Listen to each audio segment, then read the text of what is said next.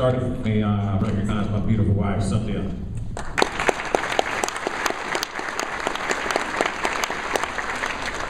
My dad always told us that the best way to go is shake it.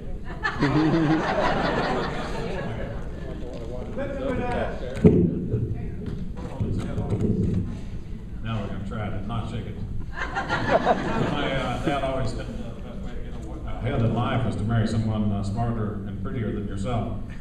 My sister said that won't be difficult.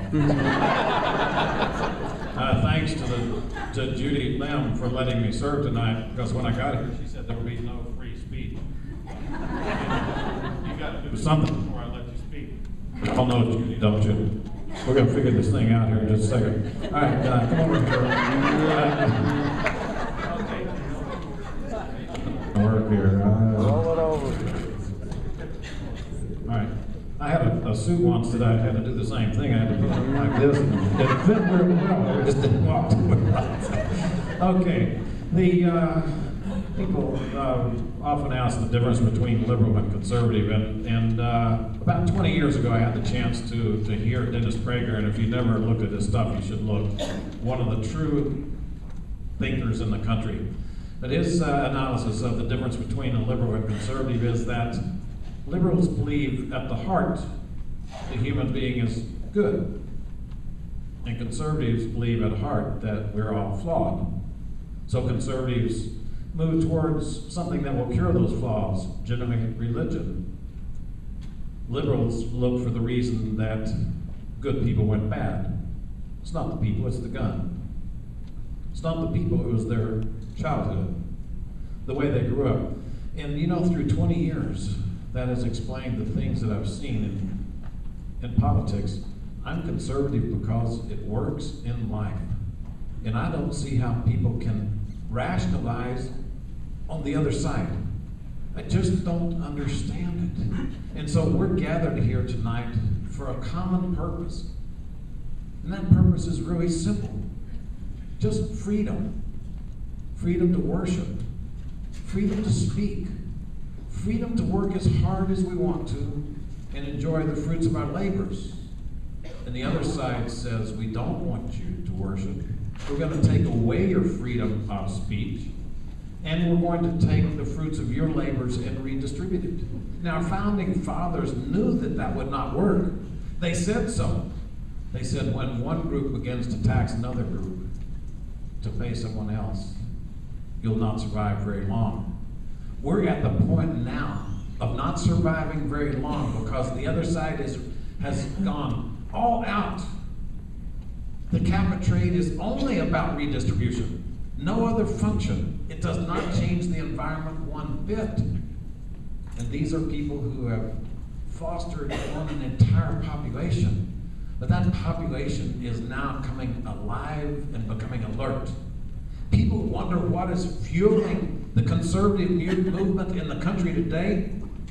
My wife said last week it's because disgust is still a basic human emotion.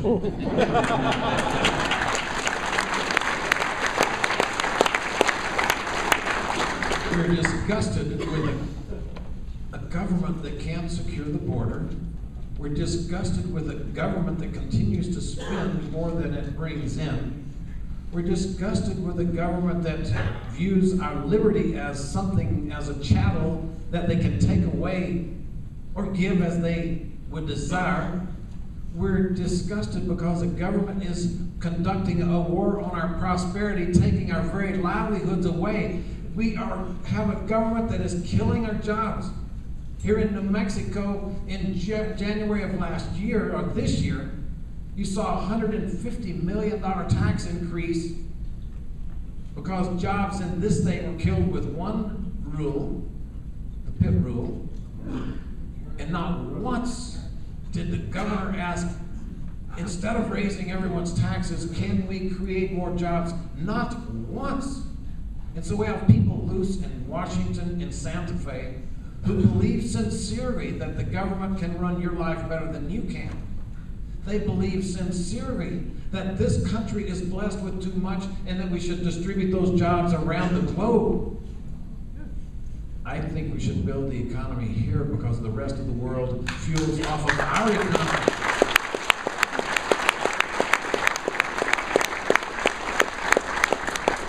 I was in Landstuhl, Germany several years ago coming to visit young soldiers from Iraq. After we visited with them, we had a dinner with about 100 European businessmen. Among those, Mercedes-Benz and some of the large corporations. They said, we wanted to be Chrysler Daimler, but your tax laws made us become Daimler Chrysler. We stayed in Germany rather than coming to the US. When I was at American Express just after I got to Congress in 2003, 2001 was still a fresh scar, and we visited Ground Zero. And American Express said, if you don't get rid of the frivolous lawsuits in this nation, there will be no Fortune 500 companies left in 10 years. We are at the point of deciding what our future is going to look like. And my friends, when I see this crowd here tonight, conservatives that will wait for an hour and a half to be served patiently because we believe in what we're doing. There is such a love for liberty, there is such a love for this country, that we're absolutely committed to whatever it takes. This is not just happening here, it is happening all across New Mexico, it is happening all across the nation. People are beginning to stand up and say, we will take our country back, we don't believe life is the way you do, and we're going to vote you clean out of office, and we're going to have a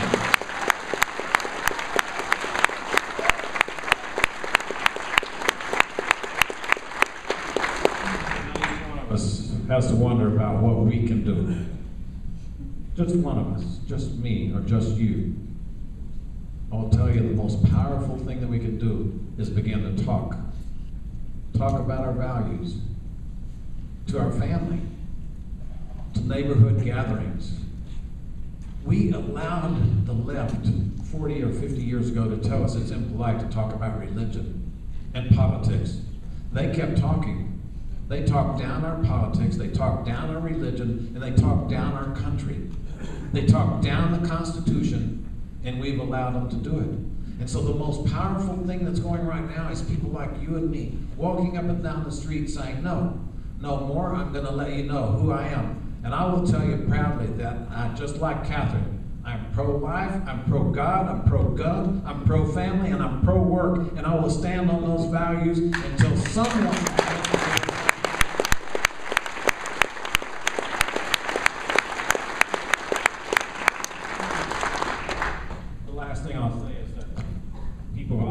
Wonder, is it too late? No, it's not too late.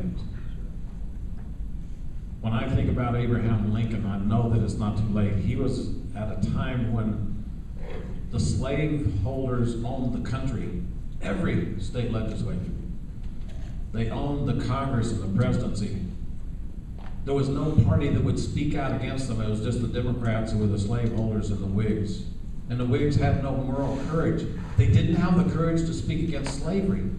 And the country was hungry for that leadership, for an idea that one human being shouldn't own another. People knew it was wrong, but no one would stand up. And literally a small group of people, Abraham Lincoln was one of just a very few. He wasn't strongly compelled about slavery early on, but he developed that idea. He wrote one speech after losing the last of many elections.